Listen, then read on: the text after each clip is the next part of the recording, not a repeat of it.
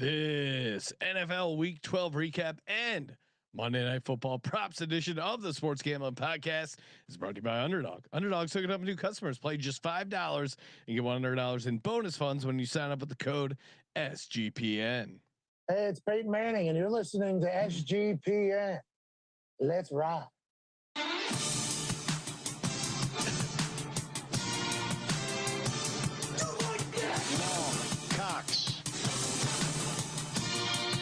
One of those guys who will get penetration.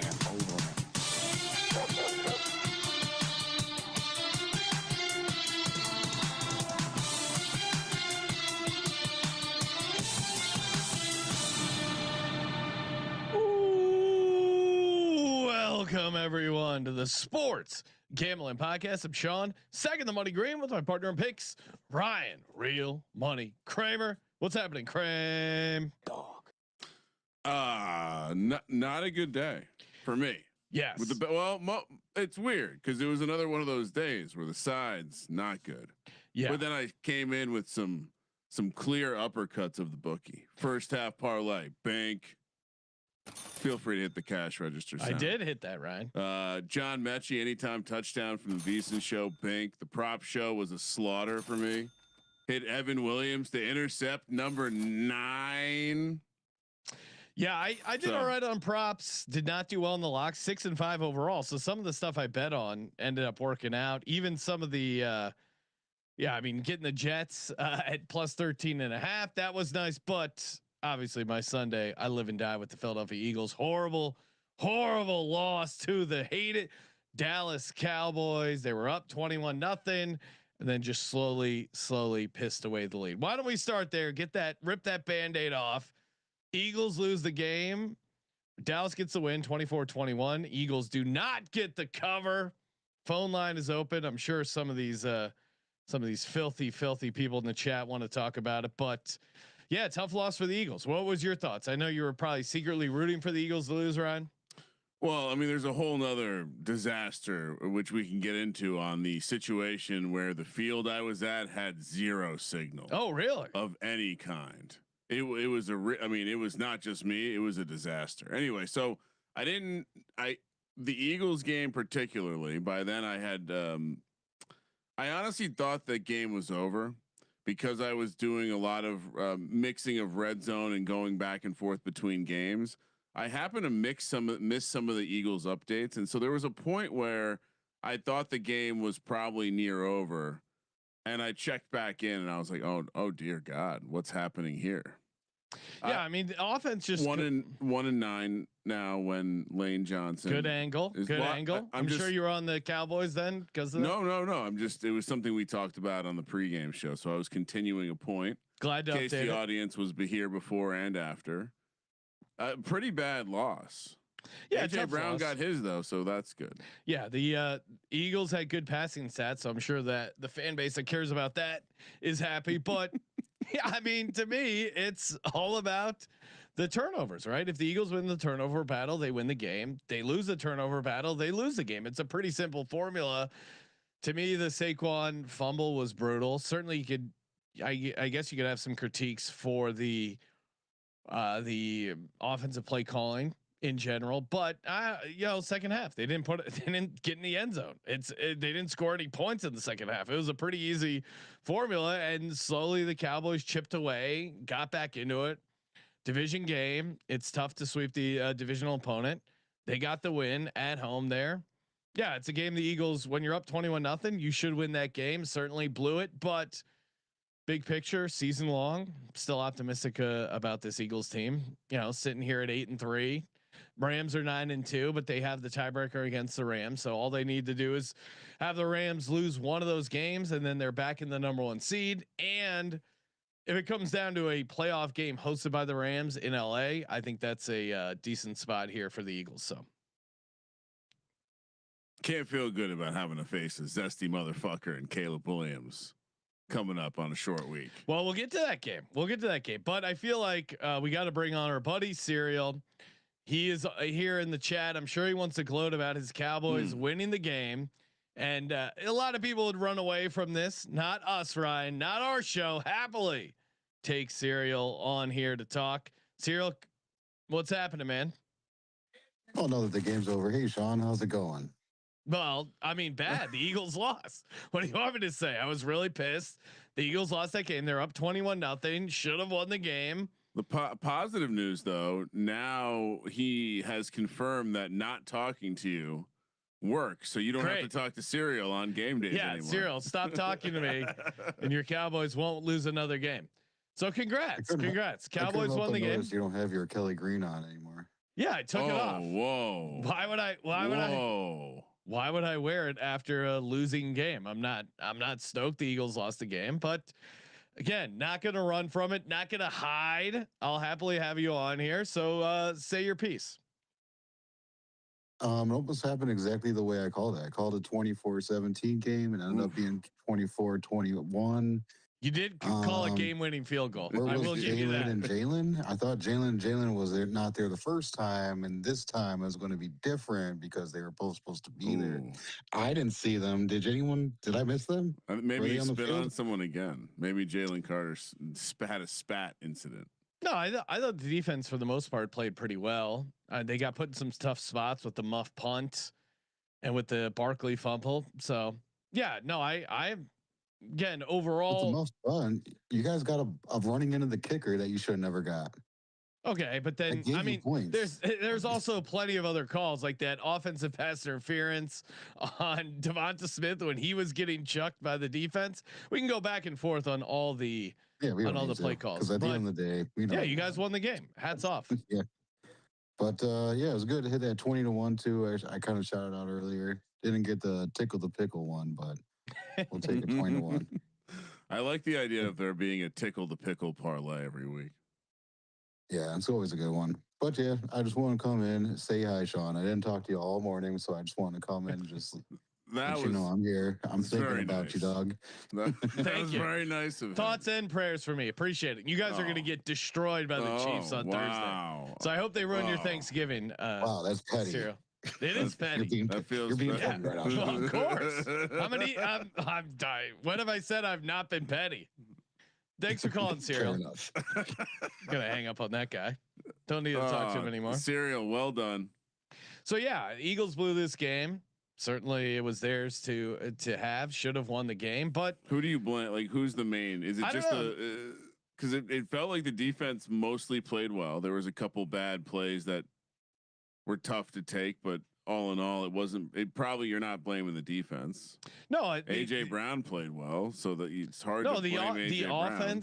The offense continues to be an issue, putting up points, and a lot of it was, the penalty on Devonta Smith, that was a drive crusher there. Some of the penalty, which was not warranted, some certainly were. But penalties and turnovers. It's just like sloppiness on the offense. If they can clean that up, this team is going to be unstoppable. And I don't think they lose another game in the NFL season. So I'll go out on that limb. But I was certainly frustrated seeing what the offense couldn't get it going in the second half. Like they have no running game. And some of that was maybe the play calling. Some of that is maybe Barkley, certainly the offensive line. But yeah, it's the not being able to get the running game going at all, and then just leaning on the passing game. And then it was like holding penalties, illegal formations. The penalties really have been the backbreaker for this Eagles offense. I know everyone wants to say, "Oh, can Hurts made I don't have an issue with how Hurts played this game. Were there a couple throws he missed? Sure, but overall played very well. Didn't turn the ball over. Played winning football for the most part." I think really the penalties and turnovers were what cost them this game. Well, turnovers, of course. I mean, if that's the no, I mean you're going to play a tight game and win a lot of close games. You can't lose the turnover battle. No, it's a pretty simple formula. If Jalen Hurts is a starter, plays the game, and they win the turnover battle, they win the game. They didn't win the turnover battle, and they didn't win the game. It's not really that complicated. This isn't. We can dissect this or that, but really that was the issue. Like they turned the ball over more than they turned over the Cowboys. Does Lane Johnson come back next week? I don't know. It's interesting. They didn't put him on the injury reserve. I would be surprised if he comes back on a Friday. For the most part, I thought Fred Johnson played pretty well. Like he had a bad illegal hands hands to the face. Again, going back to the penalties, but for the most part, it wasn't a massive issue. But in general, like the offensive line is not getting a push, and I couldn't tell you whether it's the O line or Saquon as far as like why the running game isn't working, and maybe certainly some of it's the play call. It's probably a combination between all three, which is not an interesting answer. But yeah, not being able to get the run going certainly hurts, especially when you're up big and trying to play from the lead. Like the Eagles offensive struggles. I know everyone wants to throw it on Hurts or make it Hurts in the passing game, but really it's just they have not been able to run the ball like they have previous years. And I don't know it. I'm not a film guy. I couldn't tell you whether it's the O line blocking issues, the play calling, whatever. Certainly, Saquon had a career year last year, and it would be crazy to expect him to do that same production, but they just aren't able to run the ball consistently at a high level, especially when they need to, when they're up trying to ice a win. Yeah, I think Saquon probably gets the least blame, even though it was the most obvious regression. Because I think if the offensive line is blocking well, he's having a good season. Yeah, but also too, like when Tank Bigsby is coming there for carries, he's shown some explosiveness that we haven't seen out of Saquon. I agree with you. It's mostly, in my mind, a combination, probably offensive line and play calling, but Tank Bigsby has looked good in relief. I expect a full week of people shitting all over the Eagles play calling this week. Oh sure, but that's been like the entire season. No, we're gonna get like a bunch of exposés by film bros this week. But that's been the entire season. Yeah, maybe it wasn't in my algorithm yet, but it's it's already. Eagles, even when they were 8-2 last week, it was entire. So Hurts can't throw over the middle of the field. He obviously did on the touchdowns. So you have to at least have some level of accountability put on the offense of coordinator, right? Is it the play calling or is it the scheme? Sure. I don't, yeah, the play calling has not been good. The offense in general has struggled to, come together at an elite level. So is the drama maybe when Jalen Hurts goes rogue that the players agree with him because they don't like the offensive coordinator? Like, is there a chance that's happening? Because I did read an interesting theory about the AJ Brown stuff. Like the reason that it continues to happen this way is because people agree with what he's saying, or there's at least support.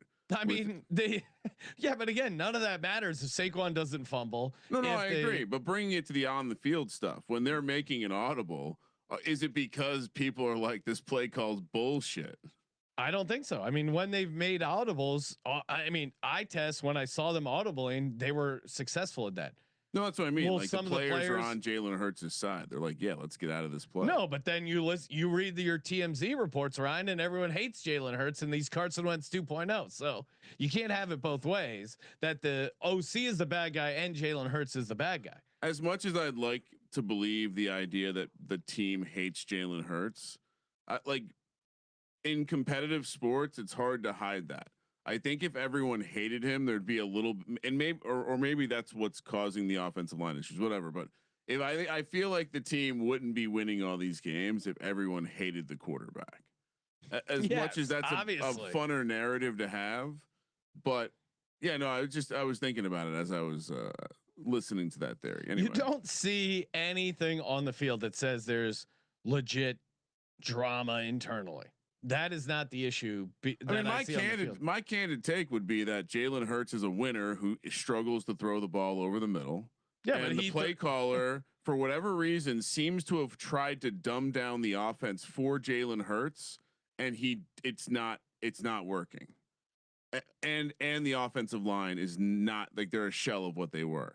I think the combination of Jalen Hurts has very obvious weaknesses and strengths. His strength is winning games, and we can get into the analysis of whether it's the play calling or his execution. But for the most part, I thought he played pretty well. Like, at the end of the game, you don't want to take that sack, but again, there was no one open. So I would like to see the OC drop some more creative, easy wins for these receivers, which I think are pretty good receivers.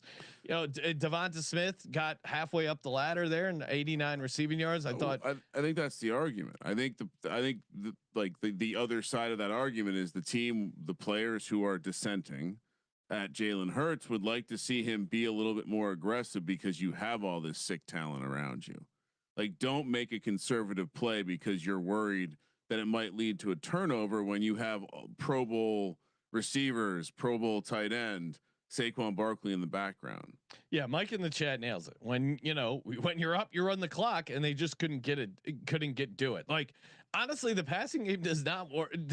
Their inability to get the running game going is the biggest issue with the Eagles offense. You can talk all the other dynamics, the TMZ drama, the passing game, etc. If the running game is working for them, and they are a team that likes to pound the rock historically, they are going to be fine offensively.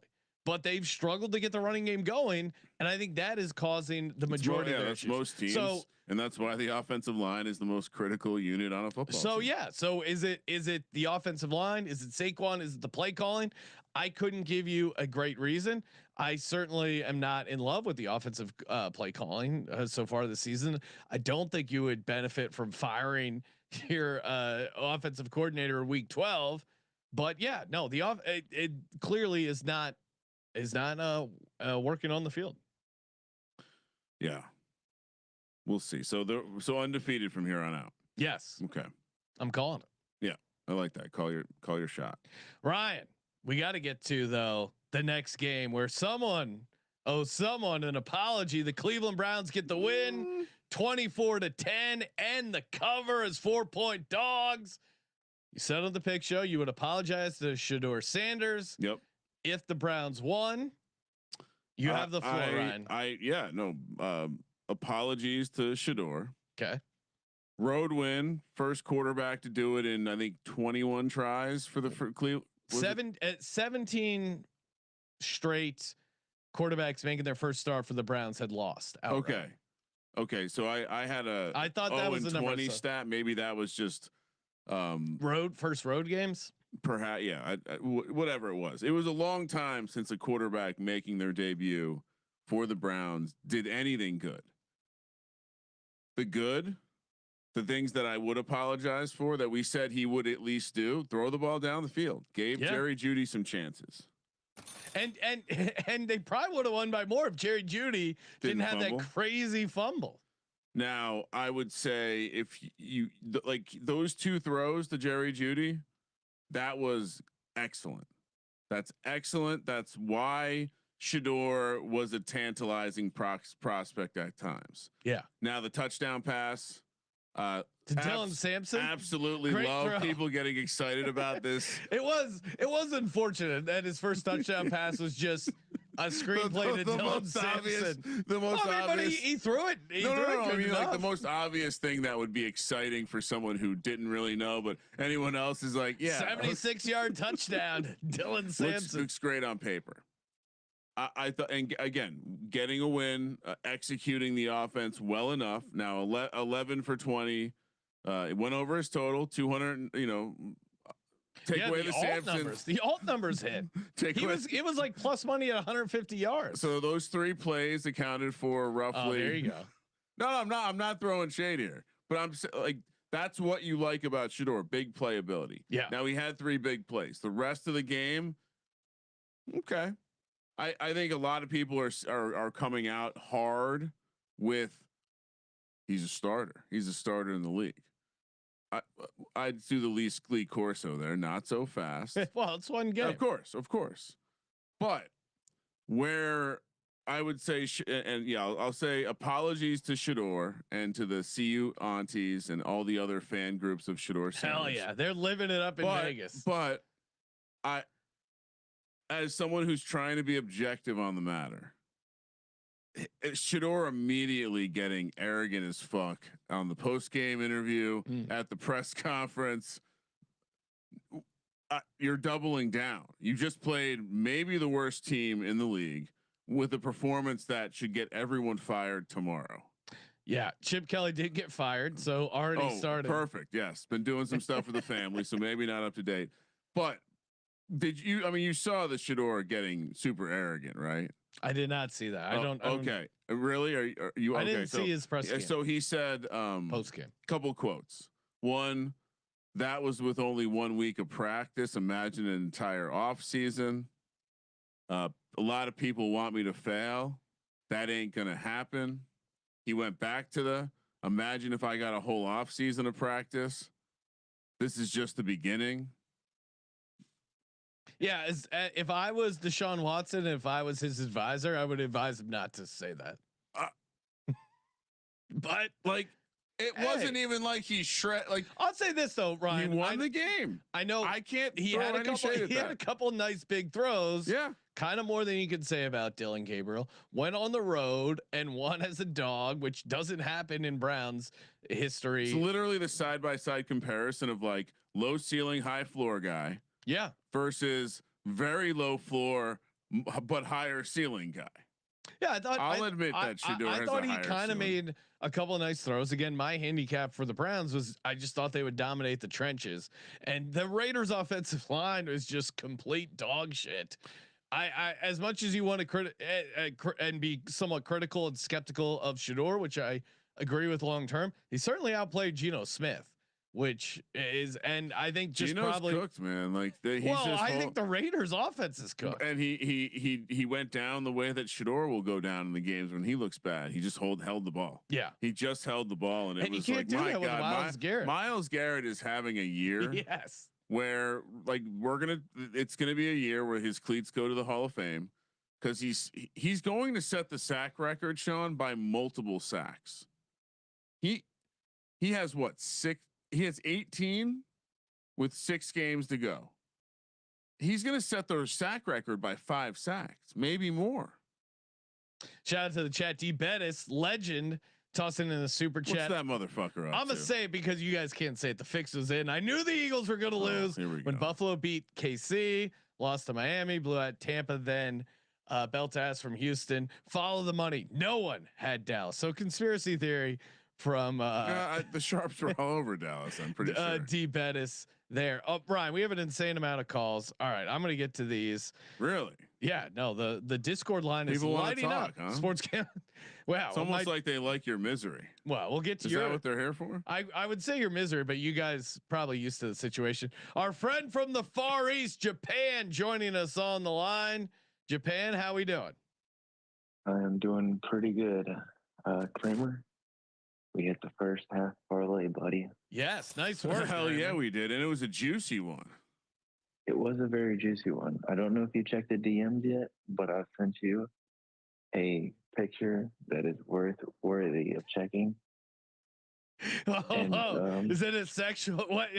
I got. Is this a ladder photo? Because Japan, you normally send in ladder photos. No, this is not a ladder photo. I would say this is me reenacted a Kobe photo of the first half parlay. Oh, okay. I like this. Is this? Can I put this on the screen? Yeah, you can actually. I'm gonna do that. Hold on. Give me talk. So Japan, and there's a paper ticket involved. Oh, too. Beautiful. So you cashed the first half parlay. That's sweet. How was the rest of your Sunday? All right, I am stuffing the whole Kellen Moore in the fucking locker because what the fuck? When they get in the fucking goal line, they put that shit ass fucking quarterback and they run a QB sneak. Wait, hold up. This is through Taysom Hill threw the fucking ball in the fucking goal line. What the fuck are we doing? No, it's like, as someone, he had last year with the fucking tush push. Why the fuck did he not run that shit with fucking Taysom Hill? Oh my fucking God. It's really crazy because they brought in Taysom Hill so many times, but they ran like designed or read option runs with Tyler Shuck and not Taysom Hill, who's fine running, but Taysom Hill is so much better running. It was confounding. And shout out to Japan sending in the photo. He's got a long ticket here sitting on the can. Great photo. Check it out. YouTube.com/sportsgambling. Well done. And that's all I got in the Saints. They all fucking suck. Yeah, fair enough. All right, Japan. Thanks for calling in, man. Let it ride. Take it easy. Right. Let it ride. Dab time. It sounds like he's doing something he shouldn't be. He's in the other room talking low, so the old lady he was on the cam, but he wasn't going to the bathroom. The seat was down. Just showing it off. Nice hit on the paper ticket. Oh yeah, they're always sweeter. Ian on the line. Ian, what's happening, man? Thanks for calling in. Sports Gambling Podcast. How we doing, fellas? I want to kill myself, but other than that, oh, good. Wow. Gee, Yeah, I mean, my God. I know we already talked about Eagles, or you guys did. Yeah. I will say this, Sean, as a guy who played, it's 100% centers and guards right now. Just injuries depleting that. That's what really is the focal point of the run game in that sense. So if you have all these injuries, you got new guys coming in. You kind of see what the Saints actually were running the ball pretty good. And then when McCoy went down, you could just forget it. Yeah. You know what I mean? That's like the QB on the O-line. So when the Eagles get that sorted out, I don't know if it's injuries or, again, scheme-wise, but I think they'll be better in that sense. Yeah, no, I mean, Cam Jurgens, hats off to him. He's playing through his back surgery in the offseason, coming back from a concussion. He's out there, but I don't think he's 100%. And I guess it's tough to take him off for Brett Toth. And yeah, so I do think that's a big part of it. But Ian, how was your Sunday otherwise? Hey, it was good. I was on the show earlier on the pregame show. If you guys remember, first of all, Kramer, my guy, Wan'Dale Robinson, first touchdown of the day, let alone. So that anytime crashed at plus 200. If you again listen, Kirk Cousins interception. That was a smash play. And I want to formally apologize as a Saints fan, lifelong Saints fan, for whatever the hell that was. Kramer, we had the mortgage on Taysom Hill anytime touchdown. Oh, come on. It should have hit. It was total bullshit, dude. They did everything they could. Kellen Moore said, you know what? I listened to that pregame show. I'm going to do everything I can to get Kramer and Ian's anytime touchdown in there. And they just fucked it up, dude. Horrible. It was just horrible, man. I mean, he had 10 carries. And shout out to CJ, too. I think he gave out that Chuck longest rush. That cash, I think he had an 11-yard rush. But, man, Saints, I really don't want to, it's too early to tell on Kellen Moore. But, man, some of the play calls, dude, you really got to clean it up. Yeah. Well, again, felt like Hay Week was too big for him. That's what it felt like. Well, meanwhile, all the Eagles fans are like, "Oh, the offense is so good. We had Kellen Moore." Yeah, come on. Oh, somewhere in between. Yeah, you wouldn't want Kellen Moore back?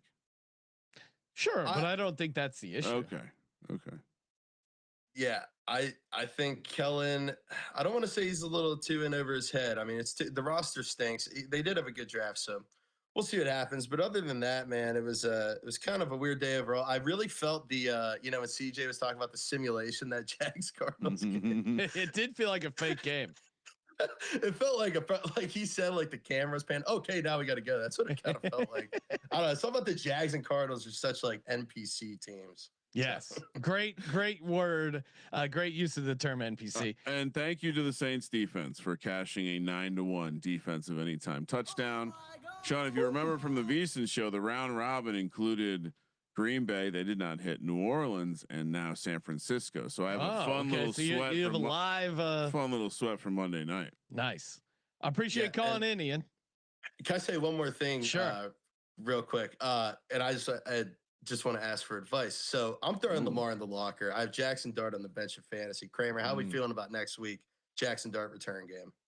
I would say I feel 100% he's coming back. I don't know if some new evidence is going to come to life from the NFL district attorneys that's going to cause his sentence to get prolonged another week. I would just be careful because clearly the Giants don't want him out there. The team ownership decided that they don't want him out there. You saw Neighbors tweeted and then deleted. What was his tweet game. and delete? People are like, it's a weird thing. He came out basically was like, what the fuck? Like questioning the strategy of the end of the game. Like why are we doing this? Feels like we're trying to lose. And which he was questioning that go for it versus kick the field goal moment.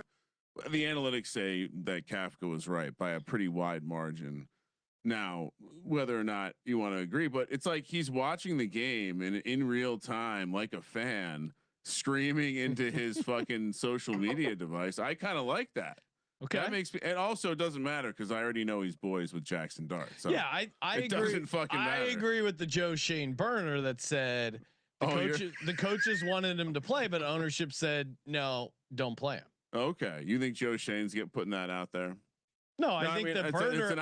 I agree with the burner's opinion. Whoever's putting it out there, the burner's opinion seems to have some decent nuggets. Whoever it is, but Ryan, all jokes aside, I think the coaches want him to play. I think ownership stepped in and said, "Don't play him." I think it's that ownership simple. is de facto an extension of the NFL. I'm sure they got a call. The Cadell called the mayor. He's like, they're best buddies. He's leaning into it now. NFL and Mars taking advantage of the fact that the poor man has cancer, leaning into him. There you go. And getting their way with some bullshit. This CTE nonsense. Ian, thanks for calling in. Appreciate it. He's coming back 100%. Hey, let it ride, guys. Let's get dark, man. Let it ride. They're going to shut him down for the season. All right, let's get this call out of the way. We got another one of these cockroach Cowboys fans. Degen Dan, I'm sure you want to dance on the Eagles' grave. What's happening? Well. Sean. How you doing, buddy? No, bad, obviously. What do you mean, how am I doing? The Eagles lost. I'm always doing bad when the Eagles lost. If I'm doing I'm not Kramer. I'm not used to just losing every single fucking game. So yeah, I'm bad. Why are you throwing shit at me? Hey, who can I throw it at? Degen Dan beat us. Throw it at him. Hey, I did call that though. I did say the game-winning field goal type of game. All the Cowboys fans called it. They would win. Great call, dude. I don't know if you checked your DM yet, but I messaged you when they were down 21-0. All right, I'm done. Oh man. What do you want to hear? I don't want to. Wow. Come on. Sour grapes. Yes, of course. What? Sorry, DJ and Dan, we lost you in the connection. What's your record there? What do you mean? What's my record? I'm just saying you're still on top of the division. Yeah. A Bo and the Truth. You're on the Discord line. Well, we already did a ton with the Cowboys. Sorry. Joining us on the line, Bo and the Truth. What's happened, Bowen? How about them Cowboys? Oh, all right. Well, you can pick up where DJ and Dan left off. How about those Cowboys? You guys what's your record? Hey, we're coming up right now. Man, you better watch out. Last week I said no Super Bowl contenders, but hey, Super Bowl contending, dog. We're on the way. Super Bowl contending at 5-5-1. Yeah, I will book all your Super Bowl action. Ooh, Send in your Super Bowl tickets. I can't wait to talk to my. Bowen? How old are you? Have you ever seen have you ever been alive for the Cowboys in a conference championship? I was a baby, but yes, I was alive. Repping the Cowboys gear at a young age, born in '92. And I was alive. So I can say I've witnessed it. Okay. Don't remember it. All right. That's most Cowboys fans now. Any anything you want to toss out, or are you just calling in to get me fired up? Calling to get you fired up. But I did hit a big one today. Shamir Dyke anytime touchdown. Oh, okay. Yeah, we'll get to the. This Titans team. Oh, you were on the Seahawks. I was on the Seahawks, yeah. And the Titans again, they get a cover because they have a special teams touchdown.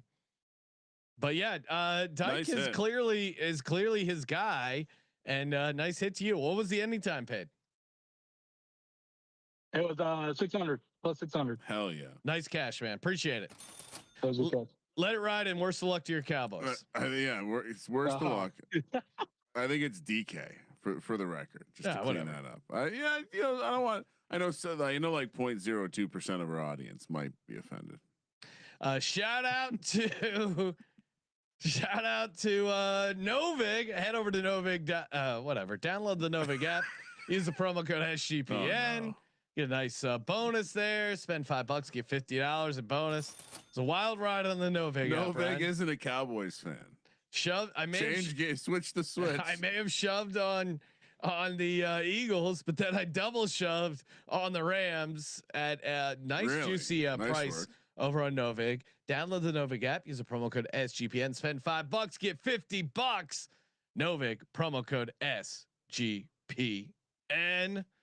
All right, we got so many more calls. We got a ton to get to. I see Olan, but I'll wait till we get to the Bears game. But oh no, we got to talk to our buddy Maddie J, who I'm sure is disappointed about the Eagles. Maddie J, what's happening?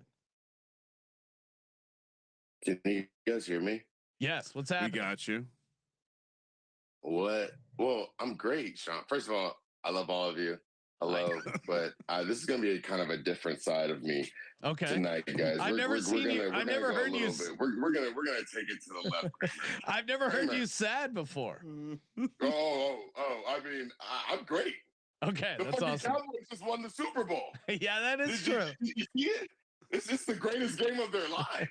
Yes. These fucking bitch ass fucking losers. This generation. This organization, I feel like fucking whoever that fucking black Jesse Jackson.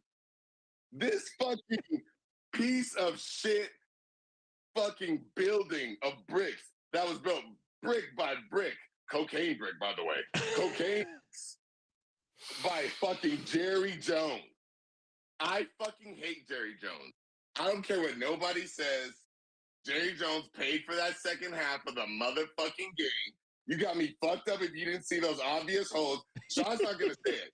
Because Sean is a professional. Sean's a professional. And Kramer's not going to say it because, I mean, Kramer, come on. He's a judge. I know you're not going to say it. But listen, there were some obvious motherfucking calls that were fucking missed in that goddamn game.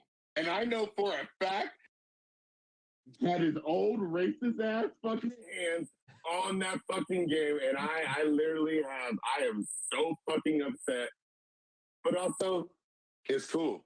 It's cool. Kramer, let me tell you something. I got a locker. How big would you, and I need your help for this locker. How big is a petulant locker? I need a locker so big for a fucking petulant fucking child. Let's just say it. Sean's not going to say this either. I'm Sean's Obama translator tonight. Because what the fuck are you talking about? Oh, hey, Kramer. Guess what, Kramer? AJ Brown. This motherfucker who has something to say on Twitch 1 week. Then it's on Instagram 1 week. Then it's on another social media thing. It's on a lot of platforms. Exactly. Like, how could you imagine like going into like practice every week? Like, is he not? Everybody's saying like, oh, he has mental health and blah, blah, blah. Obviously fucking not. Because me, I can't, I get so anxious. I deal with like, I like to be nice all the time.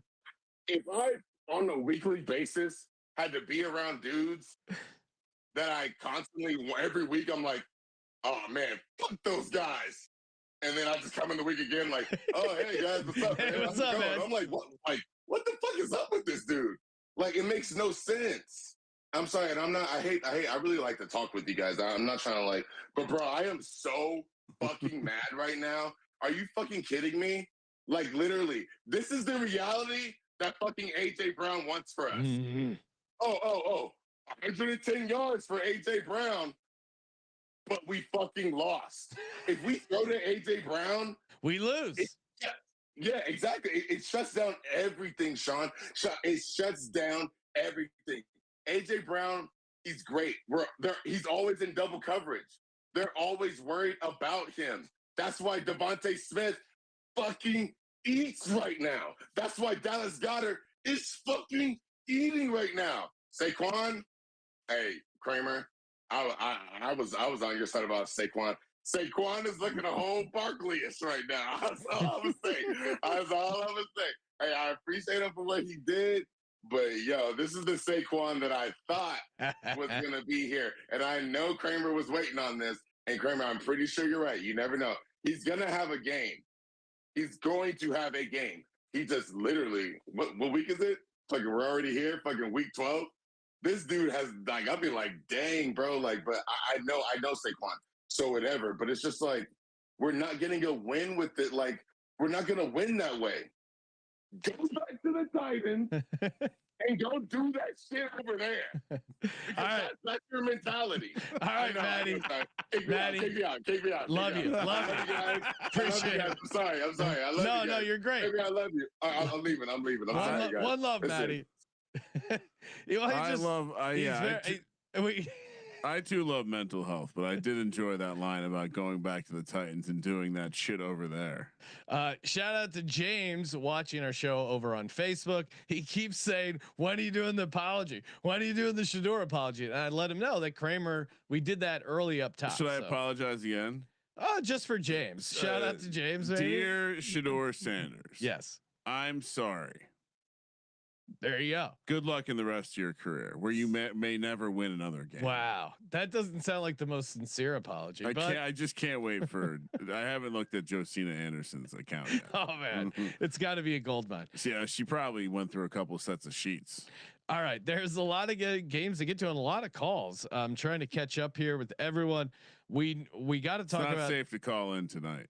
Bears get the win and the cover 31-28 against the Pittsburgh Steelers. Come on. I mean, Caleb Williams with a horrible fumble in the end zone. Ryan, it's hilarious because I feel like in our handicap, you said I could see Caleb Williams strip sack, TJ Watt touchdown, but you didn't make your touchdown defensive touchdown round robin. Didn't play it. So you had that right. But again, the Bears get the win in the cover. They continue to pull games out of their ass. But it's funny. They were like two teams that win a bunch of games that maybe they quote unquote shouldn't. But there's clearly some nice juice going on with this Bears team. Yeah, I thought if anything, Arthur Smith forgot about the run game a little bit from time to time. Yeah, although Gainwell he continues they to play shouldn't well. have stopped. They had periods where they messed around and tried to throw the ball a little bit too much. I don't know. I mean, again, it's like you play the teams you play. The Bears do keep winning. Yes. Yes, they do. Oh, here's Olan hopping on the line. Olan, what do you make of Caleb Williams in the Chicago Bears? I love that zesty motherfucker. Oh my God, y'all. Again, nice win. We don't win these games 4 or 5, 3, the past 5 years. We don't win this game. And before anyone comes on here and talks about, oh, you beat Mason Rudolph because Aaron Rodgers is a bitch and he knew they were going to lose. He didn't want to lose at Soldier. But I like that. Keep in mind, y'all, our top 3 linebackers were out. Our 4th linebacker went out in the game. Jalen Johnson was out. Kyler Gordon was out. Tariq Stevenson went out in the middle of the game. They had the hot dog guy playing linebacker, and we still shut that shit down. It probably speaks more to the Steelers than the Bears, but I think the point of them winning these games is all that matters. Yeah, no, but I feel like we say that of Caleb doing some crazy shit. But we say that every week with this Bears team. It's like, oh, the other team blew the game. The Vikings blew the game. Oh, they blew the game. But at some point, the Bears are playing winning football. They're figuring out ways to win. They're figuring out ways to overcome the injuries. And even Caleb, who has some moments where he just continues to zip the ball at people and horrible turnover there in the end zone to get a Steelers defensive touchdown. Do you remember the Vikings from a couple of years ago? The version with Kirk Cousins that ended their season against Daniel Jones and the Giants at home by checking down 8 yards short of the line of the game. That, yeah. Yes. They had a negative point differential. Remember that? Yeah. And they were like 13-4 or whatever. Bears are 8-3 with a negative 3 point differential. Okay. We are leading the NFL in rushing. We're a top 3 offense. We lead the league in takeaways, I believe. Top 2 interceptions.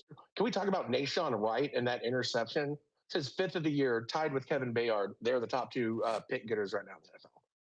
Yeah, no, defense is playing well. I mean, I do think you have a tough spot going into Philly on Friday, but other than that, I think teams that live and die by the turnover. Sure. And I don't like. So I do want to bet wise had only cashed 4 bets today.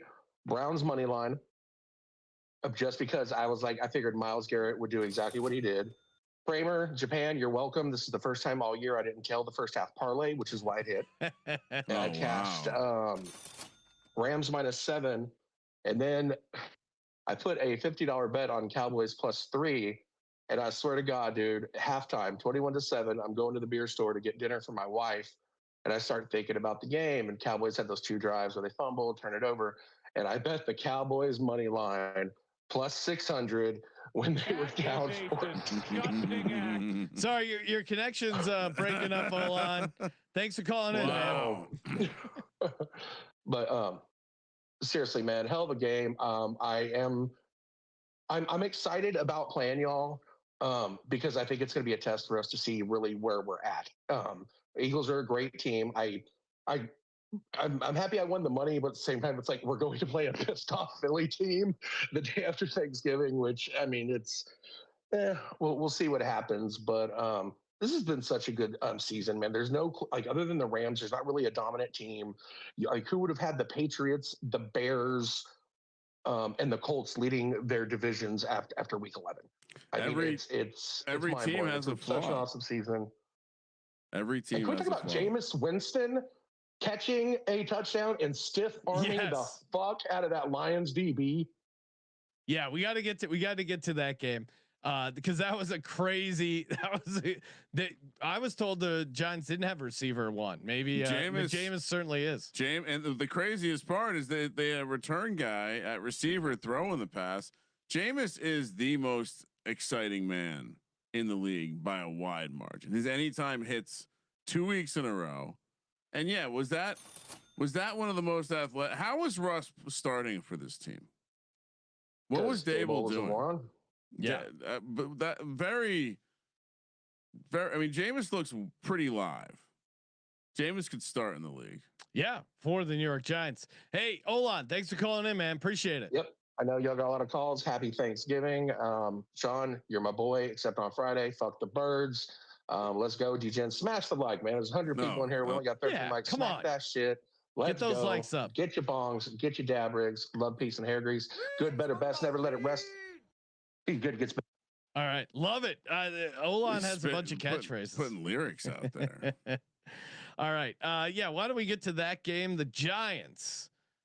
A fall to the Detroit Lions. The Lions get the win 34-27. Do not get the cover. Our buddy CJ was on Lions and Survivor, so he survived. Bit of a sweat there. Jameis did have that crazy touchdown reception where he came back for the ball, then stiff armed some guys, got into the end zone. Well, it started earlier in the game with the flea flicker. That was like a toss flea flicker where Jameis uses his training from that video. At Kramer Centric posted it, but when he's doing the like almost like boxing maneuvering in the front yard of the apartment complex, and then pops the Hail Mary, and then of course the pass back. Not only is it a good catch, but it's then came back to the ball. It's then a great like land on your feet balance, stiff arm the defender off, and then maintain balance. Bring it into the end zone. No, it's an amazing play, and he's a star.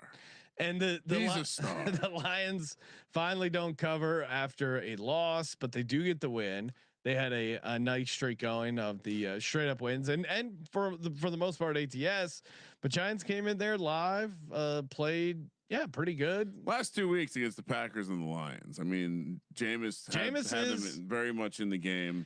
Now Jameis should be their quarterback moving forward. Some are saying that's a ridiculous take. Okay. I would say the biggest thing that stands out, because we haven't seen a game with Jackson Dart with Kafka calling plays, but will we? What do you mean, will we? Well, they might. It seems like ownership wants to play it careful and maybe shut him down for the season. Ensure that they get their draft. They keep losing and get their draft position, which is obviously a big thought for the. I know they want to see what Jameis Winston has, but I think they want to. It's for the Giants franchise. They've been eliminated. It would benefit them to keep losing games. So maybe they keep Jameis out there. I know you're becoming an NBA guy in your older age. Well, the Giants are running their team like an NBA franchise. That's absolutely not true. The Giants shut him down for this game. That's as someone who's on the NFL is dangerous. You have to be careful what these guys take. You created the NFL, not liking the aesthetics, calling the Giants and saying you got to shut them down. 1 extra week of penalty. He'll be back next week to defeat Drake May. Okay. Let's see. We got a bunch of games left. We got a bunch of callers. Let's just get to all these callers. Appreciate everyone calling in. sportsgamblingpodcast.com/discord. T-Slob, you are live on the Sports Gambling Podcast. What's happening, T-Slob? What's up, boys? It's Trevor. How's it going? What's up, Trevor? What's up, Trevor?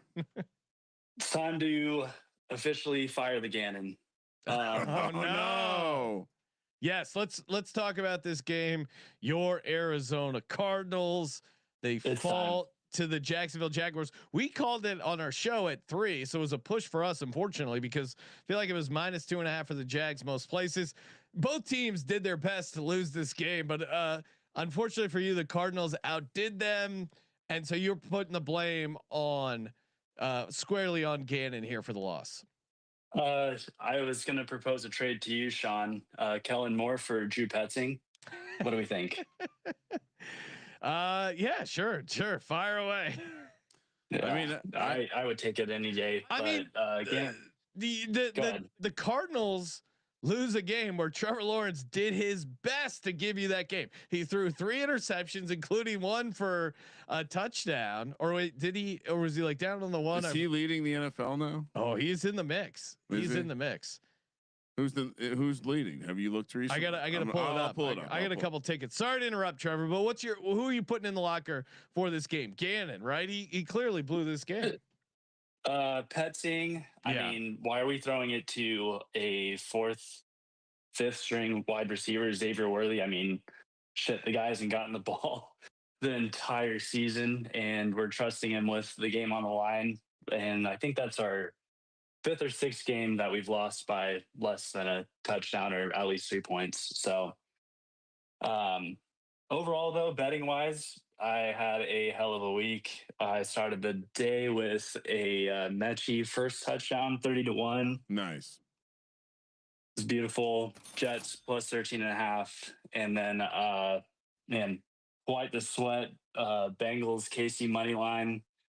And then teasers, Seahawks and Lions. So it was a great week betting wise, but Cardinals get another loss. What can you do? Yeah, no, they just again. I think it's 6 games they've lost of 4 points or less. So that to me, unfortunately, is coaching. I think Gannon we're gonna find is just a good DC and not a head coach. But sorry, Trevor. Appreciate you calling in, and of course, as always, let it ride, man. Let it ride. See you guys later. Kramer, any thoughts on this game in general? Wild game, goes overtime. I'll be honest. Trevor was trying to fuck this up so hard, but the Cardinals go, no, we're gonna fuck this up. I mean, my thought is that the shine wearing off Brissett a little bit mixed with. I don't know if there's much shine on Jacoby Brissett. Well, yeah, I mean, he started off. People are saying he's like no different than Kyler, and he is in the Hall of Fame for his completion percentage. He's. I don't know if he's different than Kyler. This to me feels pretty similar to the Kyler maybe Cardinals. But Trevor Lawrence 8 interceptions. The leaders Geno Smith and Tua at 13. Ooh, they haven't. They're pretty. But is Geno going to continue to start games for them? How can you? Like Aiden O'Connell is back from the IR. I think they got to start him. I guess Tua probably would continue to start because they're winning games. After that, you have Sam Darnold on 10, Joe Flacco, Josh Allen, and Justin Herbert on 9, and he's tied with Jake Browning, who's only played a couple games, Bo Nix, and this must not be caught up. I take that back because JJ McCarthy. I know JJ McCarthy got his 9th, and so it says only 8. Kramer, we must have gone viral on Facebook for your Shedeur hate because there's another person demanding the apology. Right. Felicia watching live on Facebook. Where's the apology? And Kramer's already apologized. Dear Shedeur Sanders, I am very sorry. I, Ryan Kramer, was tired of supporting Shedeur Sanders. Another apology, Ryan. This is great. Left and right. Make sure we post all the me talking about Shedeur stuff on Facebook going forward. All right, we still have calls. Appreciate everyone calling in. And I know Dick Puncher's in there, but we got our boy Lavish calling in over on the Discord line. What's happening, Lavish? Man, what's going on, boys? Bear it down. Gosh, these Bears, they're just putting me in sweats every goddamn week. But yeah, you don't apologize for wins. I mean, I think it's just what a day we had. I mean, for a moment, I thought Mason Rudolph was going to come back on us. That fucking sucked. But again, finding ways to win games. We're back. I mean, I just want to shout out to the system, man. I mean, fucking what's his face? Hunter Henry, 100 yards and a touchdown. I don't know what the Bengals are doing. Don't care. Cash that. Jameis Winston, alt line 300, alt line 35 completions. I mean, my man, I wish he would have pulled off that win against the Lions, but hey, beautiful day for me all around. Bear down, and it was just, it's been a good day. Appreciate you, Lavish. Thanks for calling in, man. I got to be honest. I think there's a lot of sex happening in Chicago households right now, more than normal at this time of year. Appreciate it, Lavish. Yeah, I'm right, baby. Let it ride. Bear down. Except on Friday. You guys are in trouble. I like this. The Bear fans are coming. Why don't we get to that game? He alluded to it. The Pats get the win, 26-20. Do not get the cover. We called it at 7.5. Bengals get the cover. Oh my God, this was. I'm not a bad beat guy, Ryan, but the brutality that was Hunter Henry 2 touchdowns was just insane. He gets that first touchdown easily. Then they have a goal line throw to him. It was a good play by the Bengals. It knocked it down fine. Tough. Then they call like an offensive pass interference or some sort of penalty. 10-yard penalty. They run a shovel play. He gets tackled at the half-yard line. Saw that. Then they run another play, or no, sorry, that was after. They run a pick play.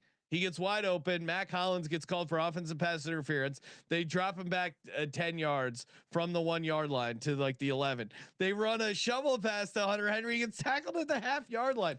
The amount of looks this guy got inside the red zone and didn't get that second touchdown, it was fucking insane. Pretty tough.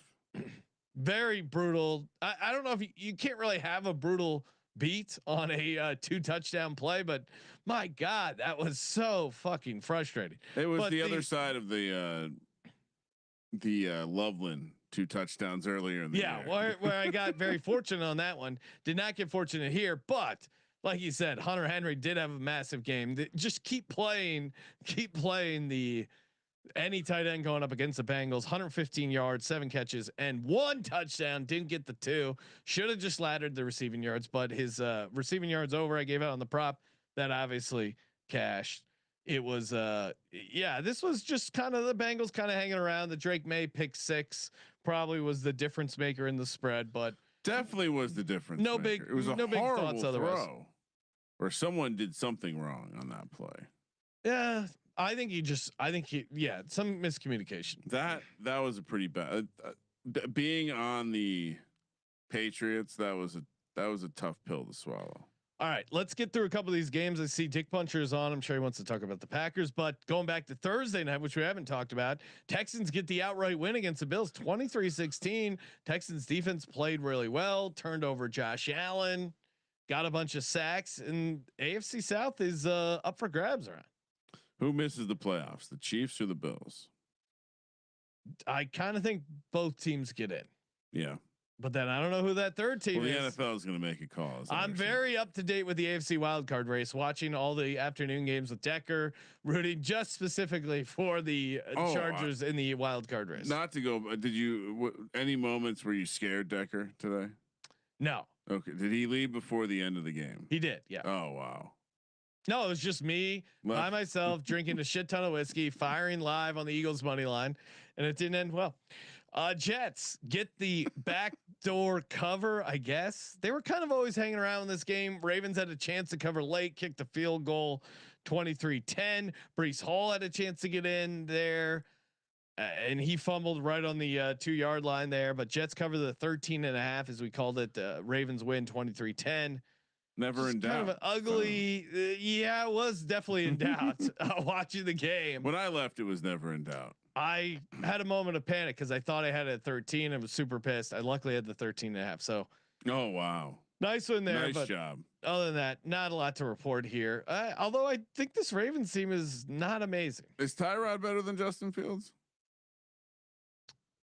Tyrod? Yeah. Like, did you like if Justin Fields is starting? Is the same result? Kinda. Probably. I mean, Tyrod's better at throwing, but again, if you built an offense specifically to lean into Justin Fields what he's good at, they might have a higher ceiling, but the Jets aren't going to do that. So if it's just dink and dunk and checking it down, then Tyrod, is your guy. All right. Seattle gets the win 30-24. Doesn't get the cover. Again, this was very annoying as someone who was on Seattle late in the 13. Dominated the Tennessee Titans. Titans get the touchdown late. Again, why it's tough to lay 13 points on the road in the NFL. No big takeaways other than this. It was just, yeah, maybe the line is finally caught up and the Titans are going to be covering some of these massive numbers. I mean, one thing that stood out to me is that Cam Ward was running the ball. I thought he was trying to win the game. He looked athletic, ran in, got a rushing touchdown. I don't know if I would say he looked athletic. He just looked willing to run. I thought he looked. I guess I haven't seen him run well that much this season. I thought this was his best day running. That's also true, but I thought like he looked more athletic in college. I guess he doesn't.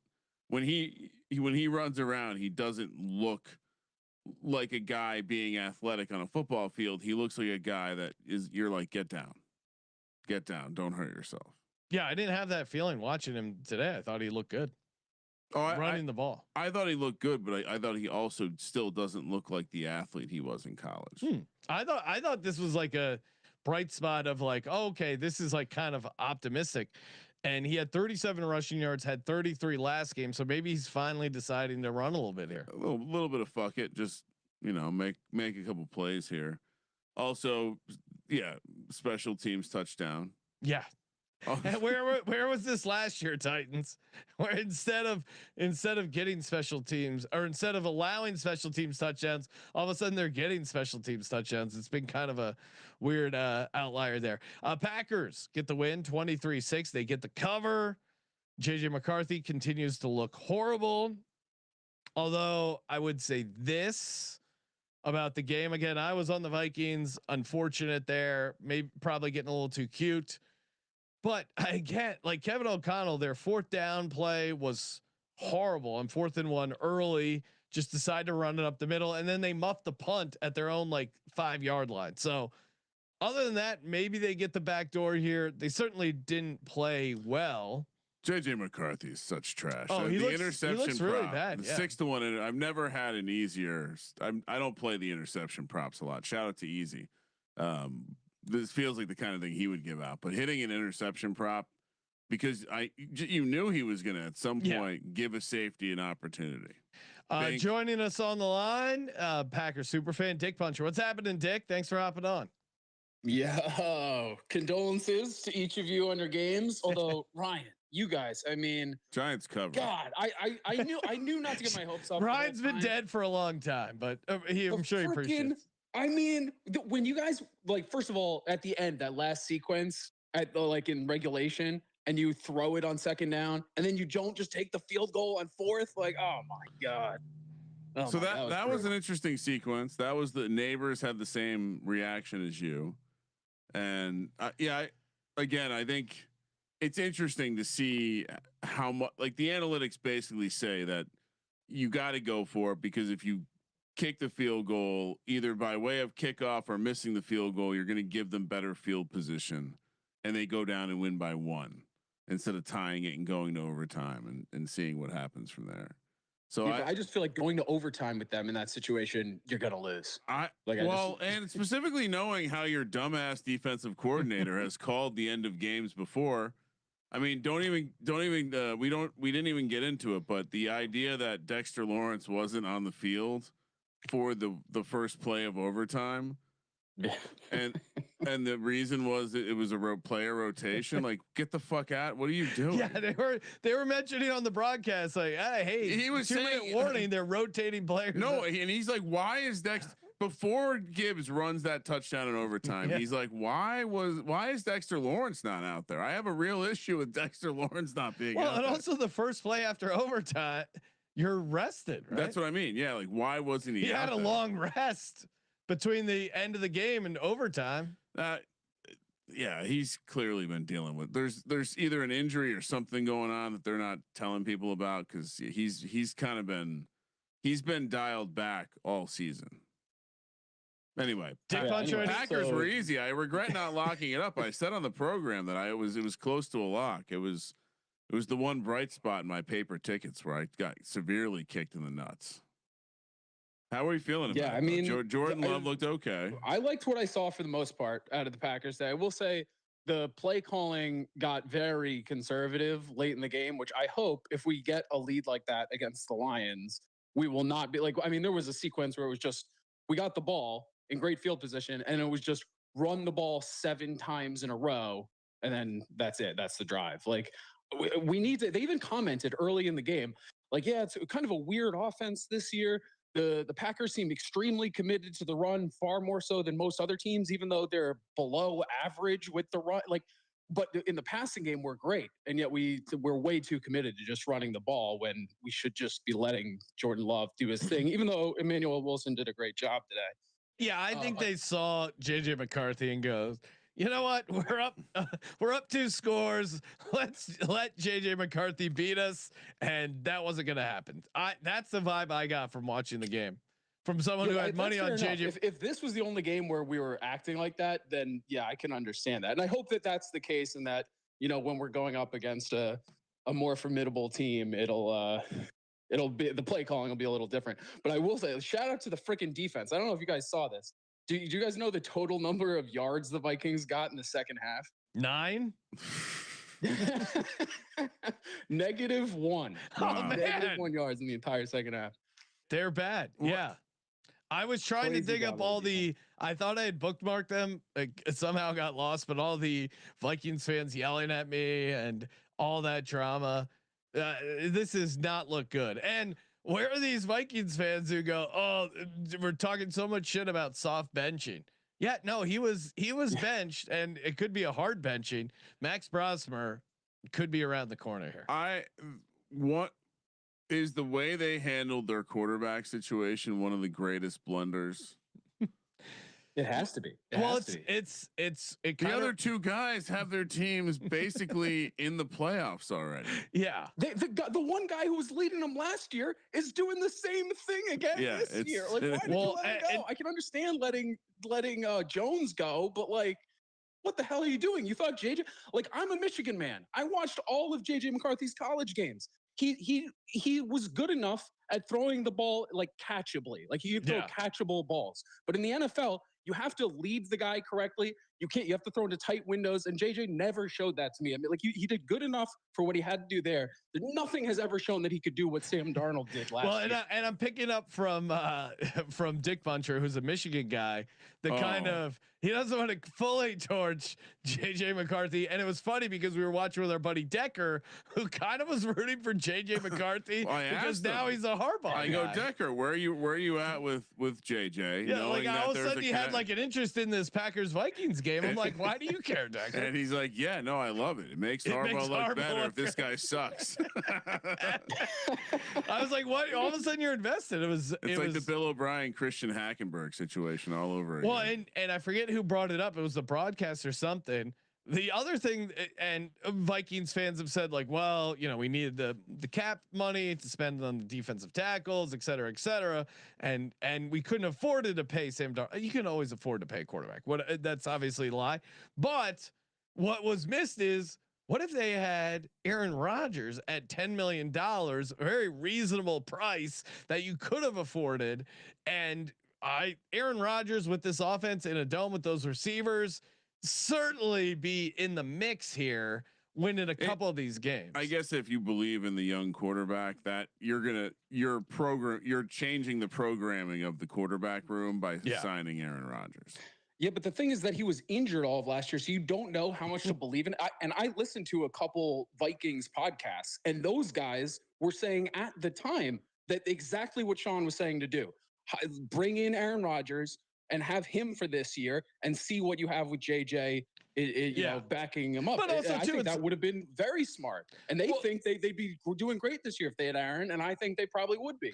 Yeah, and if you didn't want to pay Sam Darnold, well, then Aaron Rodgers is the perfect in between, right? He said, hey, 10M gets it done, or whatever his line was. You pay him $10 million on a 1-year deal. You still have the quarterback in waiting. You let your boy JJ develop. and give him a fighting chance. It's this weird thing where like, yeah, no shit, this wasn't gonna work. It's his 5th NFL start. It's a crazy tough schedule. The expectations are sky high. He's coming off an injury and never playing in the NFL. It's weird. I've almost become a defender of him, but like, how did you think this was gonna work? He was gonna be awesome. Crazy. So I mean, Sam Darnold didn't even really sign a massive contract. That's the part of this. It was a decent at least chunk of change, right? Or what was his guarantee? $100 million over 3 years, so 33 APY. The guarantee was, I mean, it looks like, yeah, I mean, his guarantee was like roughly half that. No, not even 37 mil. So I don't know what they were doing.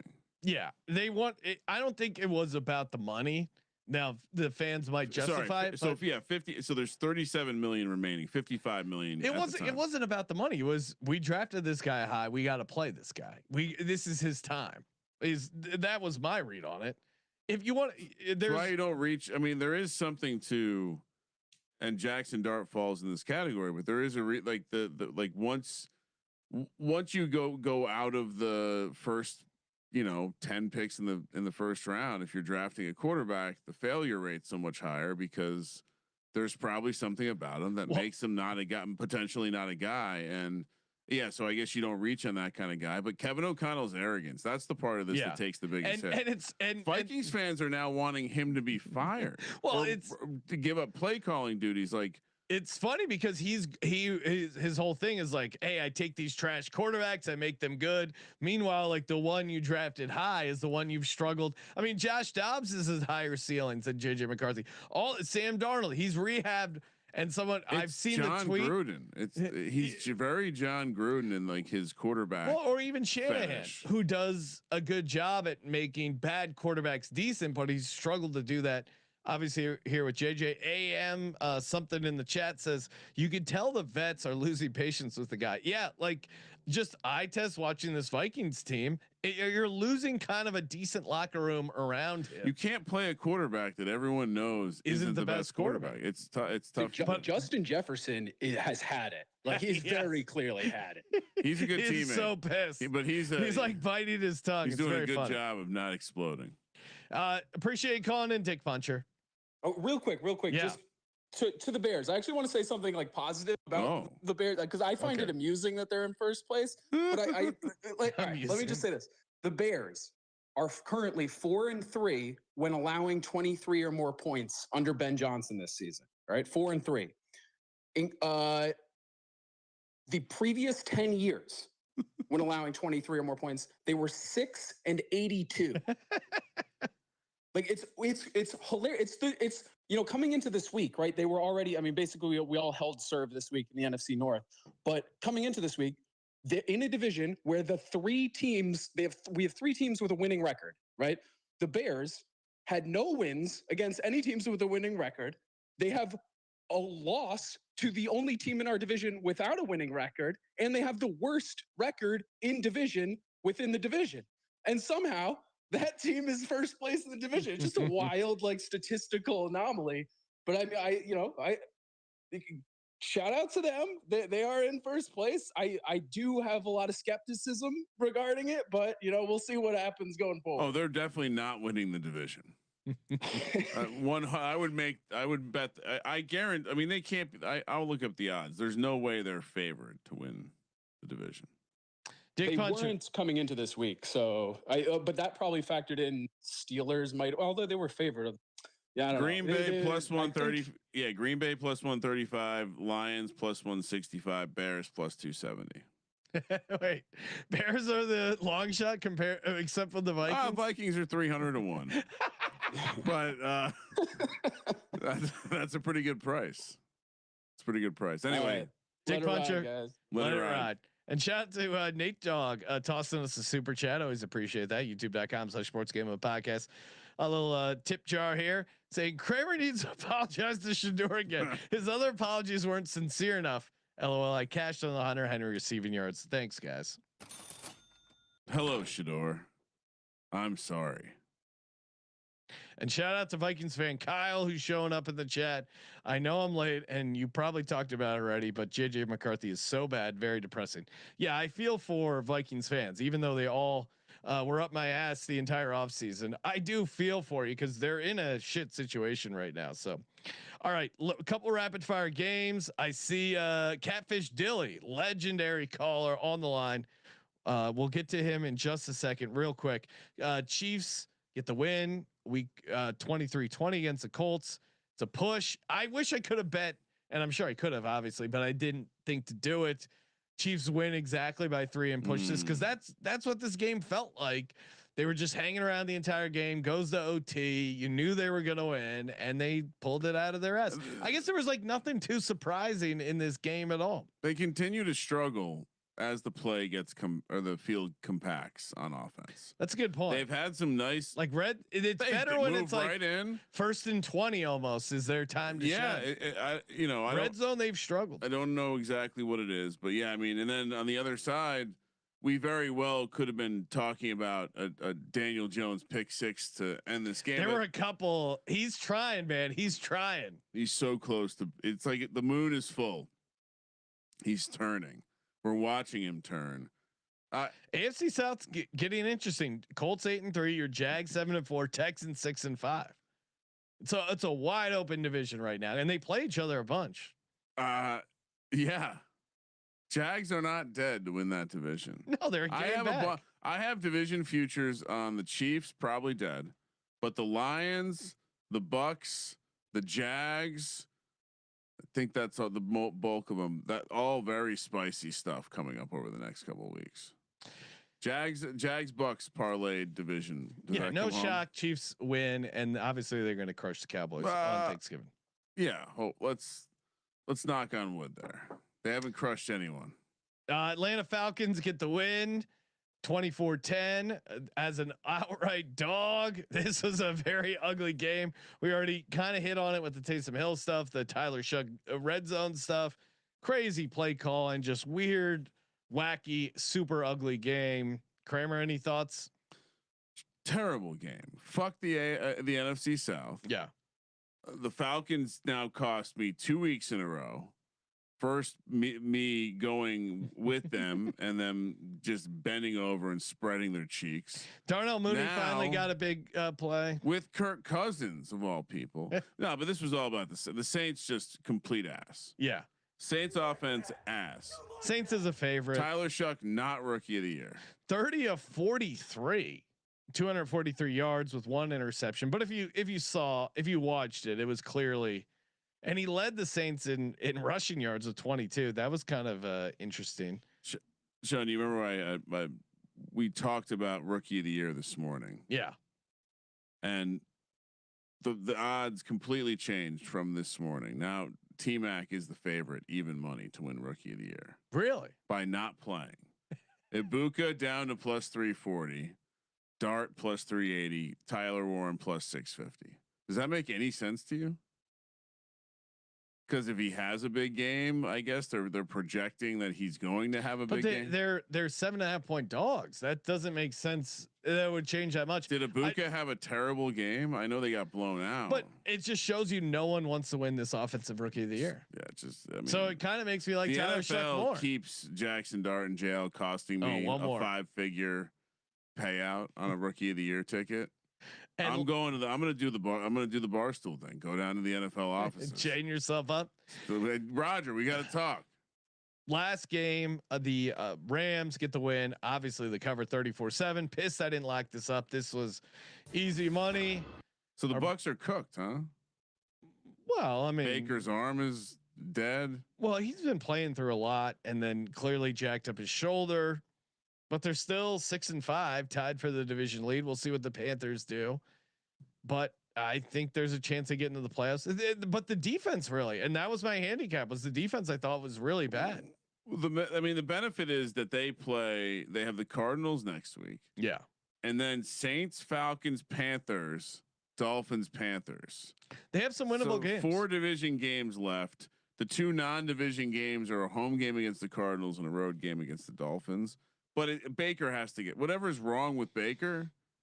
which I can't imagine he's going to get healthy. So how do they sort this out? Bucky Irving coming back next week. It's a good point. All right, joining us on the line. Always enjoy hearing from him. It's been a little while. Catfish Dilly, you're on the line. Catfish, are you there? Hey yo. Hey, what's up, man? Hold up. Give me just a second. You hear me now? Oh yeah, I can hear you now. He's like the Verizon guy, but hammered. Hey. And here we are.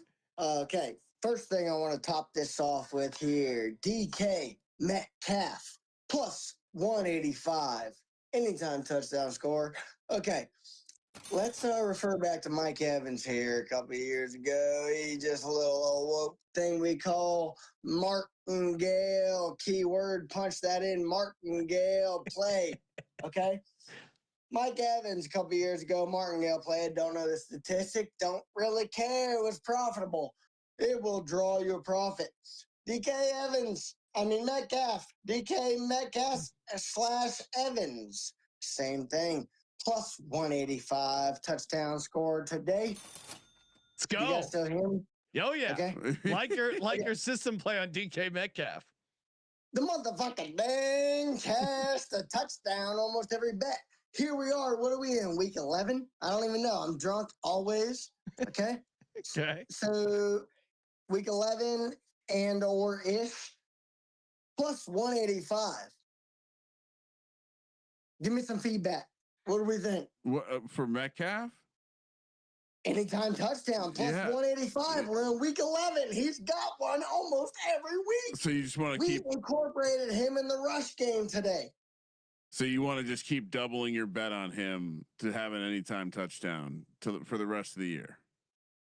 Therefore, and of up until now, Kramer. he had previously gone 3 games without getting a touchdown. Well, that means you just doubled your stake. So you're up but to then 8x. again, the martingale system has paid off. So, yes. Are you telling me he's gone 3 games with no touchdown?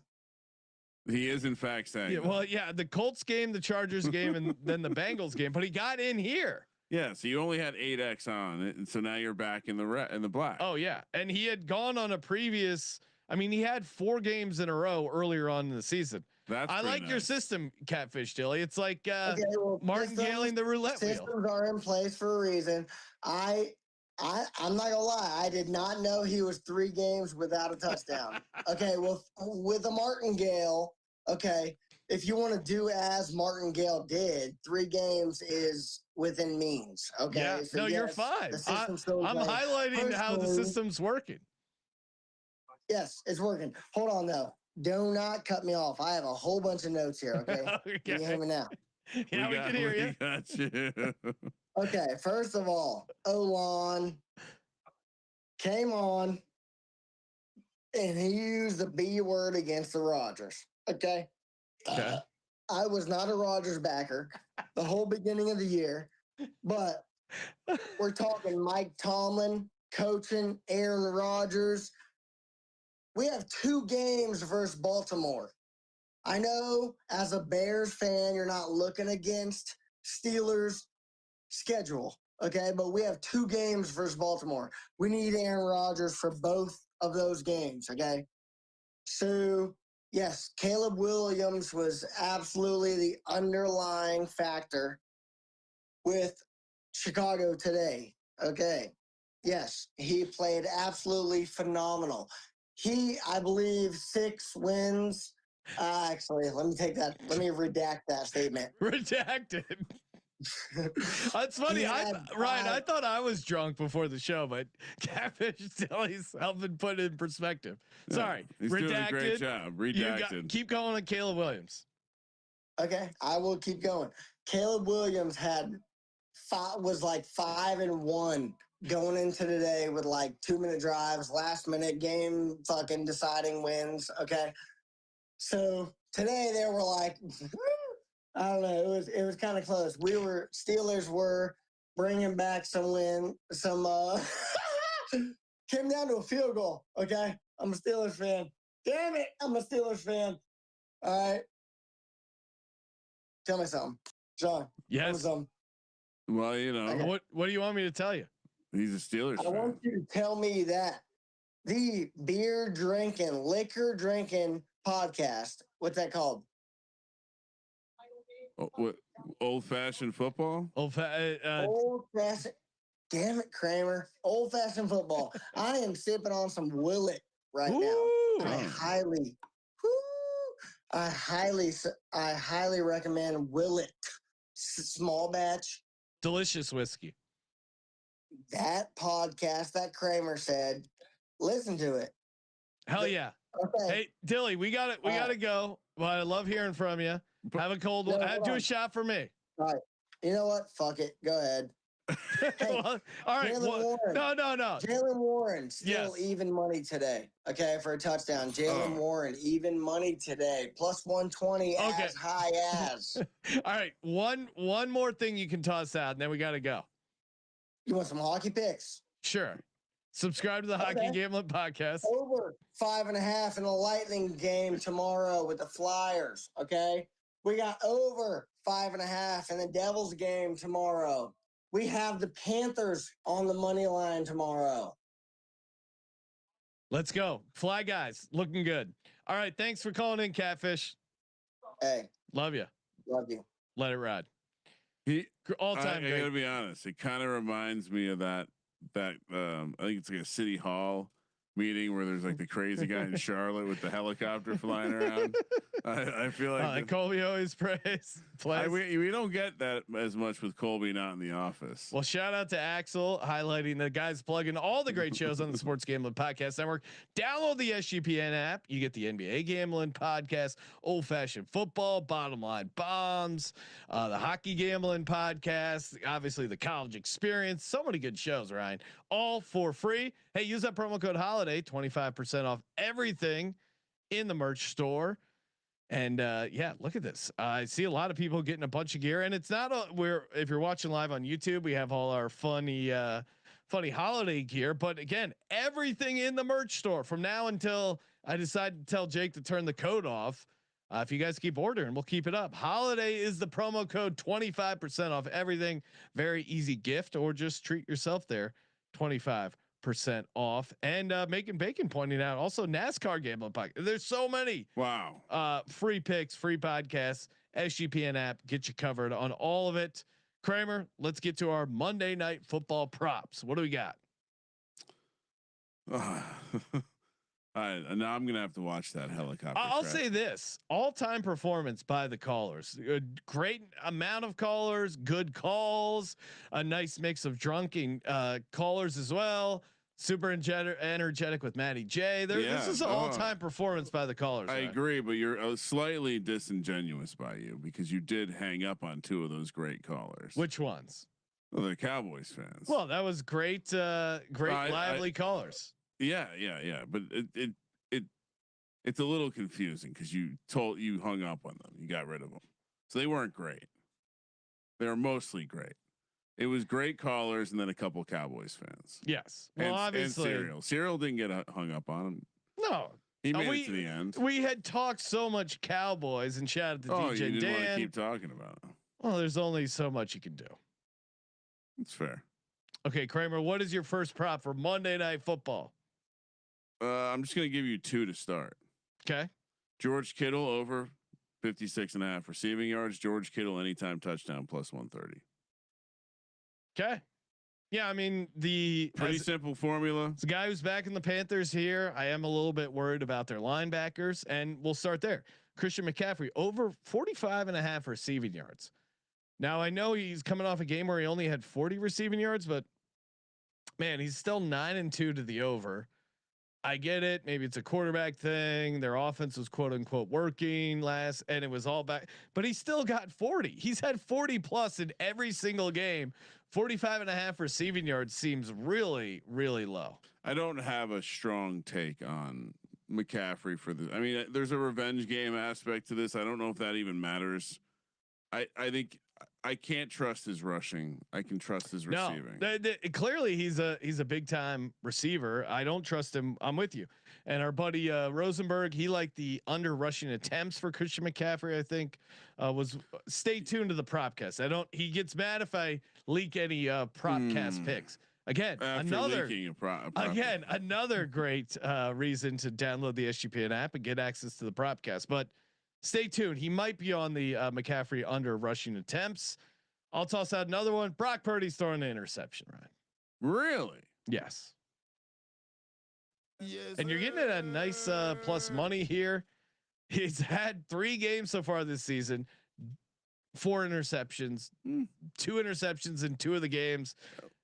Interesting game. Oh, what am I laying? I'm getting Yeah, it's plus money on Brock Purdy interception. I still don't think he's 100%. I don't think that they are going to cruise like some. So yeah, I think this is a good spot for the Panthers defense. I think cruising is certainly in the range of outcomes. That's what I would say. Okay. Him throwing an interception also in the range of outcomes. Brock Turdy, as we like to call him here. Prop number 3 for me. Because the first one was kind of a double, but really it was only one. Just same guy. Brian Robinson. Yeah. Over 23.5 rushing yards. Yeah. I mean, he just clearly has a role. So He has a role, and I think in some regard they like him, or maybe they're just trying to keep McCaffrey fresh, which also makes sense. But he's doing a lot of the dirty work between the tackles. Look at the last couple of games: 8 for 24, 8 for 41, 5 for 53. Before that, 9 for 36. So like you said, he's kind of worked himself into that backup running back. He's going to get 5 to 10 carries a game. And if he gets that workload, he's going over. Plus, you have a game where they're heavily favored. If they get up big, you take out McCaffrey. Yeah. Brian Robinson ends up being the guy. So we're going to go over 23.5 rushing yards. A lot of ways Brian Robinson Jr. can get home. Give me Xavier Legette. I know the cokeheads out there keep waiting for that Jalen Coker great breakout game. And this is our rhythm prop pick of the podcast. Of course, download the Rhythm app. Use the promo code SGPN25. Get you 25% off your Rhythm subscription. Great for building your own NFL models, NBA models, college basketball. They have it all. Doing a great job. Pick sides, props, and of course, you can win up to $1,000 if you just track your picks. Sorry, college or NFL. They're giving away $1,000 every week. In the app, they like Xavier Legette over 23.5 receiving yards. I like Xavier Legette over 23.5 receiving yards. I have real questions about this San Francisco defense in general, and in particular their passing defense. I think this is a nice spot for the Carolina Panthers. Is passing he out of the offense doghouse? Enough. Well, yeah. I mean, he had. Now maybe you're worried about tailing the heat. That was his best game of the year last week, or no, sorry, it wasn't. It was his second best game. But yeah, on the road, he had 4 catches for 83 yards and a touchdown. Now maybe the better way to play it is his longest, because he's been pretty good on that as well. But I think 23.5, he gets home. He has at least 2 catches. He's available there for the deep ball. Give me Xavier Legette over 23.5 receiving yards. All right, last one is a little bit spicy. So for one, if you take a look at Mr. Rico Dowdle, he has certainly over the last couple of games and in general had a smallish but consistent role in the passing game. Now last week he comes out and has a wild 7 target, 5 catch, 55-yard performance, which, by the way, his second 50-yard performance of the season.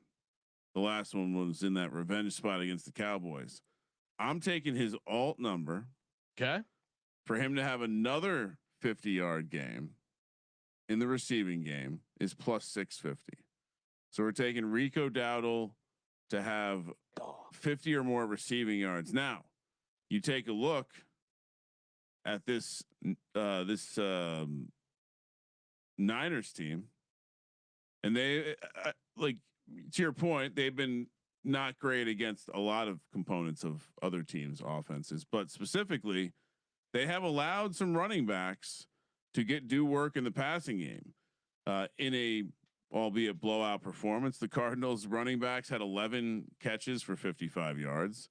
You go back to that Texans game. Remember Woody Marks? He had 4 catches, 49 yards, and even Bijan 6 for 52. So I think there's available space against this team. And if you're worried about them, like still the strength is the pass rush and the linebackers. And so if you're worried about that front seven, little screen action. So Dowdle, alt number, 50 yards plus 650. Kramer, let's put a little underdog pick'em entry together over on Underdog Fantasy. Promo code SGPN. Play $5, get $100 in bonus funds when you use our promo code SGPN. Shout out to Underdog. Very fun. We gave out. Let's see. We gave out looking at my results here, Ryan. Give out a nice winner here on the Hunter Henry higher a half rushing and receiving touchdown, and Zach Charbonnet higher half rushing and receiving touchdown. That was a nice little payout there. Our Jameson Williams. How did Jameson Williams have 0 receiving yards in that offense? Dan Campbell's gonna have to fire someone. That was I every time I looked up, it was a Lions receiver going nuts, and it was just always Amon-Ra. It was never Jameson Williams. But yeah, Daniel Jones got home there with the rushing yards. Yoshi Voss got home there with the 4 receptions. So my bad on thinking Jameson would have a good game. I was leaning into Dan Campbell, who clearly loved the guy. I mean, if you take the Jahmyr Gibbs stuff out of the game, the Giants defense played pretty half decent, and 2 weeks in a row now where the other team had a bunch of drops. Yeah. Jared Goff was like kind of strangely inaccurate with some of that stuff too. I would say that chalk it up to a look ahead spot. Anyway, what do we like for Monday night? Okay. I like the McCaffrey receiving yards. I like Xavier Legette receiving yards. I was going to say pick something on the Panthers because we're putting Kittle in here. Okay. Yeah, Xavier Legette, 23.5 receiving yards. This guy, he's going to be a part of the offense. And then you want to do Kittle TD, Kittle receiving yards, Kittle receptions. You're the Kittle expert. Kittle targets. What do you suggest? Any of that? Kittle longest reception. I would say we just go yards. Okay. So higher Xavier Legette, 23.5 receiving yards. Higher George Kittle, 55.5 receiving yards. Toss that in. Get a nice little $100 entry, returns you $300. Underdog Fantasy, promo code SGPN. Kramer, talk a little first touchdown. I had a nice boost in there too, so shout out to me. Yeah. I'm going to keep it simple for first touchdown. For the 49ers, just Brian Robinson Jr. at 25-1. On the Panthers side, Xavier Legette 25-1 and Mitchell Evans 100-1. You're back. I'm back. 49ers are not good to the tight end. They've allowed 7 touchdowns to the tight end so far this season. Mitchell Evans first touchdown 100-1. Kramer, what are you doing? Yeah, I don't know why. Weird feeling, but playing both the defenses, 50-1 for the Panthers, 40-1 for the Niners, which that would cash a little round robin for me. That would be nice. Then we're going a little chalkier. T-Mac is just eating up the red zone opportunities for this team. Give me him at 10-1. Give me George Kittle 8-1. I'm just leaning into the Kittle touchdown in this one. Okay. I just think he's 100%. He's going to be a key. If it's not McCaffrey, these teams also are kind of lame from the first touchdown perspective. Yeah, not a ton of dark They horse. Should be. Well, Mitchell Evans has 2 touchdowns. We need a better like when you have Christian McCaffrey and Rico Dowdle on these teams. You got to give us better prices on some of the other guys. Mitchell Evans 100-1. My Degen play. Juszczyk is 100-1 as well. Yeah, I didn't play him though. Oh wow. Mitchell Evans anytime touchdown. Panthers money line 60-1. That is my Degen only play. Wait, say that again. Mitchell Evans touchdown. Panthers money line 60-1. It's not even reverse correlation. No. Kramer, what do you got? Well, if you, I'm going back to the George Kittle touchdown, and so you did the money. Now I kind of feel basic because mine isn't that big. Let me pull up an alt number here. Make it bigger. Size matters, Ryan. I'm looking for the alt numbers. Okay, here we go. So Kittle 2 touchdowns. Niners minus 13.5. What do you think that should pay? Sorry, 2 touchdowns for Kittle. Niners minus 13.5. Okay, well it's correlated. I would say that 40-1. 37-1. Yeah, it should be pretty good. I'll play that. Okay, but the weight on the Kittle 2 touchdowns. Kramer, we must have gotten picked up by some algorithm. Give me more. Because Jonte checking in all on Facebook. We must have. Did you put a clip out or something? No. Well, Adi probably did. Our clip guy. Adi put a clip out. Adi's burying me. Well, all these apology requests are coming from Facebook. Shout out to Jonte. Jonte, you must not have been watching the show live. Kramer's now apologized 3 separate times. I got you, John. Where's the apology? Your take was trash. Dear Jonte, my take was not trash. Shedeur is trash. Oh wow. This is your most insincere apology of the 3. That was addressing Jonte. Now let me address Shedeur. Shedeur, I'm sorry for calling you trash. That's fine. Great apology. Great work, Kramer.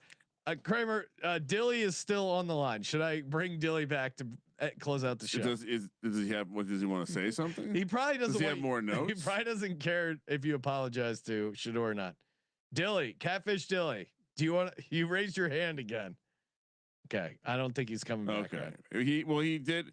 He sounded a little sad because he sounded very excited about how many notes he had, and then you were like, "All right, that's enough of your notes." Hey, he's back. What's up, Catfish? Hey, yo. You hear me now? Yeah, I can hear you. You all right, man? I want to point out is a couple points on the show that were made was Tyrod Taylor for the Jets. Do you hear me now? Yeah, we got you. All right. Tyrod, first of all, don't pay too much attention to Tyrod Taylor and get all engulfed in the Jets because Tyrod Taylor does not have enough quality starts. Okay.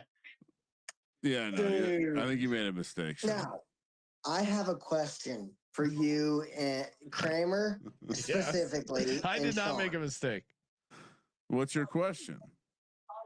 Do you guys think that the strategy in recreational betting could be mass volume plus long shots? Not as in parlays, but for example, how you do first touchdown scores. Okay. And I have been sports betting for a decently long time. Okay. Pretty sure you made a mistake. And I will back you guys. Hey, sorry, Catfish. He wants us to bet he wants to bet all of our dogs in volume. That's a good idea. No. For example, first touchdown scores. Yes. Okay. All right. Yeah, we gotta go. Sorry, we gotta get out of here. Love you, man. It sounds Let it ride. All right. He sounded like he was in a place where he just needed to stay moving to keep things normal, you know. Ryan, I've just checked on our Facebook page. You have gone viral for your for your Shedeur Sanders. Ryan Kramer. We got another apology coming in from Facebook. Shedeur, congratulations. That was a great Congrats. That was a great 3 passes. I mean, he wasn't even on the field for the 2 touchdowns to Junkins. That was annoying. I gave out his anytime on the VSiN show, thinking they would do some read option stuff, but they ran Junkins Wildcat, which was very unfortunate. This is a sincere request. Yes, I want to know why so many people are blindly rooting for him. Okay, we'll get to the bottom of that. I don't understand. The next episode of the Sports Gambling Podcast. We got a condensed schedule this week because of Thanksgiving, but of course, youtube.com/Sports Gambling Podcast. Smash that subscribe button. Appreciate everyone and great work by the callers. I feel like all-time episode thanks to you guys, the callers. You guys are the real MVPs. Appreciate it, and appreciate everyone over on Spotify. Questions, comments.